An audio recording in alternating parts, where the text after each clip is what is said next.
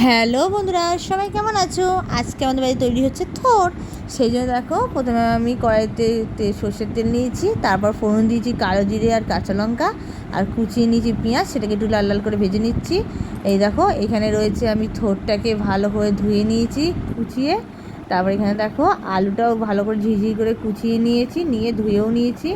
দেখো, ততক্ষণে আমার পেঁয়াজটা একটু লাল লাল ভাজা হয়ে গেছে। এবার আমি এই থোর আর আলুটার মধ্যে দিয়ে দিলাম, দিয়ে ভালো করে নেড়ে নিচ্ছি। এরকম আমার ভালো করে আমি নেড়ে নিয়েছি।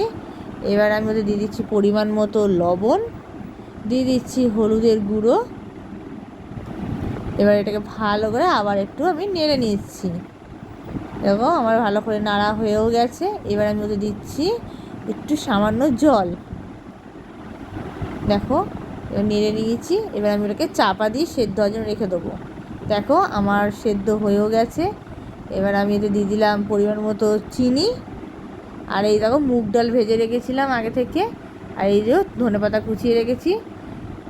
এই যে চিনিটা দিয়ে নেড়ে নিলাম, নিয়ে এবার আমি এতে ভাজা মুগ ডালটা আর দিয়ে দিচ্ছি ধনেপাতা কুচি, দিয়ে এবার একটু নেড়ে নিলাম। হয়ে গেল আমার থোর রান্না। তোমাদের যদি এই রান্নাটা ভালো লাগে বন্ধুরা, আমাকে লাইক, কমেন্ট, শেয়ার আর সাবস্ক্রাইব করতে কিন্তু ভুলো না বন্ধুরা। বাই বাই বন্ধুরা, আবার পরের ব্লগে তোমাদের সঙ্গে দেখা হবে।